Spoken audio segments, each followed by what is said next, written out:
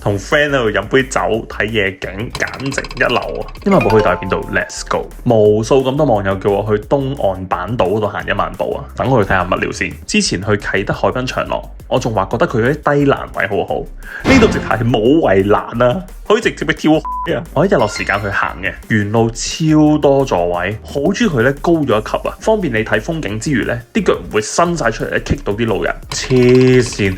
佢仲會喺啲扶手位嗰度咧，有啲架俾你放嘢飲，同 friend 喺度飲杯酒睇夜景，簡直一流啊！仲有無線充電，真係 work 喎，少癲喎！哇，你睇下佢呢度突出嚟嘅佢啲觀景台，黐線，好清楚咁睇到個日落同埋夜景啊！嗱，再向前行咧，就會去到東岸公園噶啦。我諗大家都會去防波堤呢度睇景啊！呢粒咁signature嘅嘢就成為咗呢個地方嘅地標。呢種冇欄杆嘅設計，我真係毫無抵抗力啊！呢個公園嘅 design 真係好正，好明顯咧有唔同嘅分區，啲設計唔老土之外咧，佢會融入去嗰啲遊樂設施嗰度，有 redesign 過一啲咧我哋習以為常嘅設施。香港好難得有個咁新、咁靚、咁完善嘅公園嘅，我眼見咧真係好多本地人啊！意思就係呢個公園嘅設計有滿足到唔同居民嘅需要。今日行嘅呢度咧，只係東岸板道嘅西段，東段咧會喺今年年尾完工啦，到時再同大家行過啊！舉步兵咁行1萬步啦，聽日一齊再行過啦，拜拜。